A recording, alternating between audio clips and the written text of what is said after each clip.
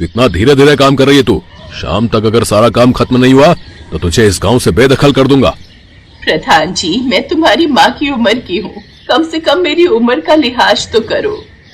तू ऐसे नहीं मानेगी। मैं अभी अपने आदमियों को भेजकर तुझे इस गांव से बेदखल कर देता हूँ, फिर तेरे पास भीख मांगने के अलावा कोई रास्ता नहीं बचेगा।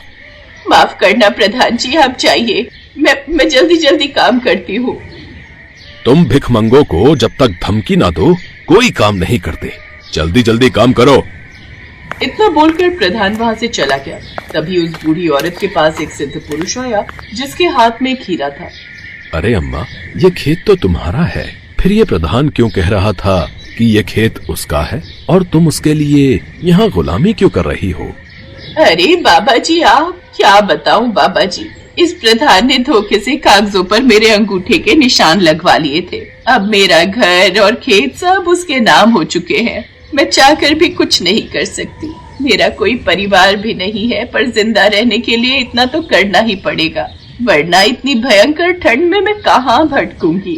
इतने में उस सिद्ध पुरुष ने अपने हीरे से एक चमत्कार दिखाया। उस हीरे से एक नीले रंग की रोशनी निकली और उसके हाथों में ढेर सारा पैसा आ गया।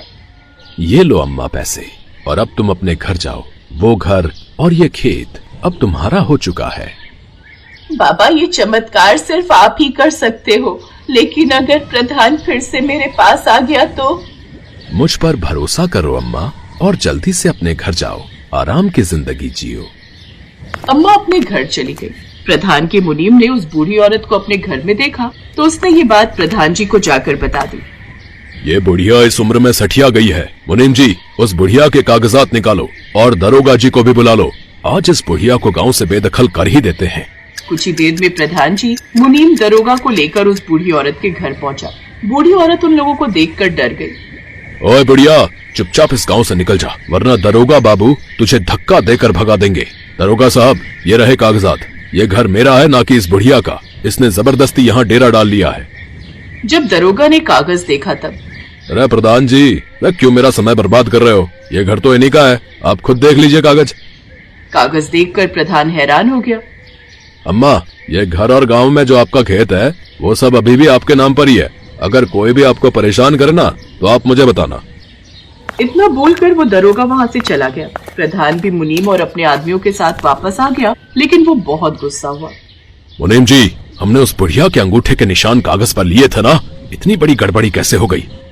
प्रधान जी, हमें लगता है कि ये सब कुछ सिद्ध बाबा का चमत्कार है। जरूर उस बुढ़िया को सिद्ध बाबा कहीं मिल गए होंगे, उसने अपना दुखड़ा सुनाया होगा और उन्होंने ये चमत्कार कर दिया।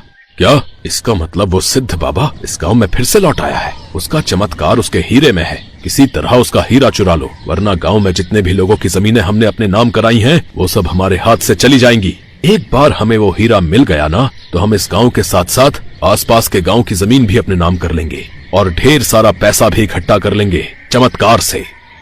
अब वो सिद्ध बाबा उसी गांव में एक आश्रम बनाकर रहने लगे थे। अरे अब इस गांव में कोई दुखी नहीं रहेगा। बाबा यात्रा से लौट आए हैं। गांव वालों, बाबा यात्रा से लौट आए हैं। प्रधान का मुनीम भी वहीं से गुजर रहा था, उसने भी ये सब देख लिया। इतने ढेर सारे पैसे, खाने का सामान और कपड़े, जरूर उस बाबा का ही चमत्कार है। आज रात उसका चमत्कारी हीरा मुझे चुराना ही होगा, वरना प्रधान जी का तो रुतबा ही नहीं रहेगा इस गांव में। रात में बहुत घना कोहरा छा गया। सब अपने अपने घरों में दुबक कर सो गए। सिद्ध बाबा भी अपने आश्रम में ध्यान में मगन थे। तभी वहाँ पर मुनीम आया। उसने देखा उनके बगल में ही हीरा चमक रहा था। लगता है बाबा गहरे ध्यान में है। सही मौका है, ये हीरा पार कर ही देता हूँ। मुनीम ने जैसे ही हीरे को हाथ लगाया वैसे ही बाबा की आंख खुल गई और उन्होंने मुनीम का हाथ पकड़कर हीरा उससे छीन लिया। इस दुनिया की कोई भी ताकत ये हीरा मुझसे नहीं छीन सकती। अब तो जिंदगी भर कुत्ता ही बना रहेगा और मेरे आश्रम की रखवाली करेगा, वरना तुझे गंदी नाली का कीड़ा बना दूंगा। देखते ही देखते बाबा ने जादू से उस मुनीम को कुत्ता बना दिया और वो भौंकने लगा। अब वो मुनीम कुत्ता बनकर आश्रम की रखवाली करने लगा। उधर प्रधान मुनीम का इंतजार कर रहा था, लेकिन कई दिन बीत गए, वो वहाँ पहुँचा ही नहीं। ये मुनीम पता नहीं कहाँ चला गया। कहीं उसे लालच तो नहीं आ गया। मुझे लगता है उस मुनीम के बच्चे ने हीरा चुरा लिया होगा और कहीं बाहर निकल गया होगा इस गांव से। अब मुझे ही कुछ करना होगा। अगले दिन प्रधान अपने सभी आदमियों को लेकर सिद्ध बाबा के आश्रम जा पहुंचा। प्रधान के आदमी बाबा के आश्रम के ऊपर ईंट पत्थर फेंक फेंक कर मारने लगे। अंदर बैठे बाबा को बहुत क्रोध आया। उनका क्रोध इतना तेज था कि उसी वक्त बादल फटा। पूरा गांव धीरे धीरे पानी में डूबने लगा। भयानक बर्फबारी शुरू हो गई। बाबा बाबा आप तो चमत्कारी हैं। हमसे गलती हो गई, हमें क्षमा कर दीजिए। आप पूरे गांव को डुबा दीजिए, लेकिन मेरे घर को बचा लीजिए किसी तरह, वरना मैं बर्बाद हो जाऊंगा।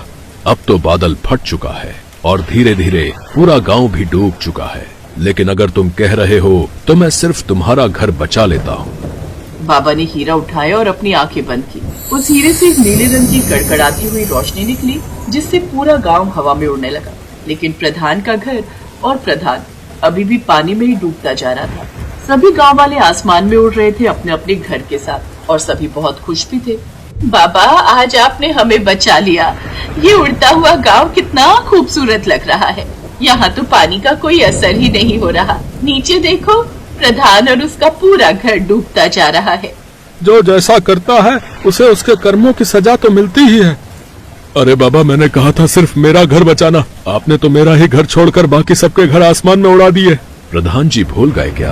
ये पूरा हवा में उड़ता हुआ गांव आपका ही तो है। इन सभी लोगों के घर धोखे से तुमने अपने नाम करवा लिए थे, इसीलिए ये सभी घर तुम्हारे ही हुए। और जिस घर में तुम मौजूद हो वो हवेली तुम्हारी नहीं बल्कि तुम्हारे पिताजी के नाम पर है। जैसा तुमने कहा था मैंने वैसा ही किया है। तुम्हारे नाम पर जितने घर थे वो सब देखो हवा में उड़ रहे हैं। अरे बाबा, मुझे माफ कर दो। मैं गांव वालों के घर और खेत उनके नाम पर वापस कर दूंगा। जिंदगी नहीं रहेगी तो इन घरों का क्या करूंगा मैं? पूरे गांव को परेशान कर रखा था तुमने। इस बात की सजा तो तुम्हें मिलनी ही चाहिए, लेकिन किसी की जान लेने का मेरा अधिकार नहीं है, इसलिए मैं तुम्हें माफ करता हूँ। तुम्हारा घर भी उड़ते हुए गांव में शिफ्ट कर देता हूँ, लेकिन आज के बाद कभी भी तुम इस गांव के प्रधान नहीं रहोगे। बाबा मेरी बस जान बचा लो, मुझे और कुछ नहीं चाहिए, मैं डूब रहा हूँ। बाबा ने हीरे से चमत्कार किया और अब प्रधान का घर भी उड़ते हुए आसमान में आ गया। अब पूरा गांव उड़ता हुआ गांव बन चुका था और नीचे चारों तरफ समुद्र की तरह पानी भरा हुआ था। कई दिनों तक वो सभी लोग आसमान में रहे। कुछ महीनों बाद जब नीचे बारिश बंद हुई, वहाँ से पानी गायब हो गया। तब बाबा ने फिर से गांव नीचे जमीन पर रख दिया, लेकिन अब उस गांव की प्रधान वो बूढ़ी अम्मा थी। सबके घर और खेत उन्हें वापस मिल चुके थे। उस दिन के बाद सभी लोग उस गांव में मिलजुल कर हंसी खुशी रहने लगे।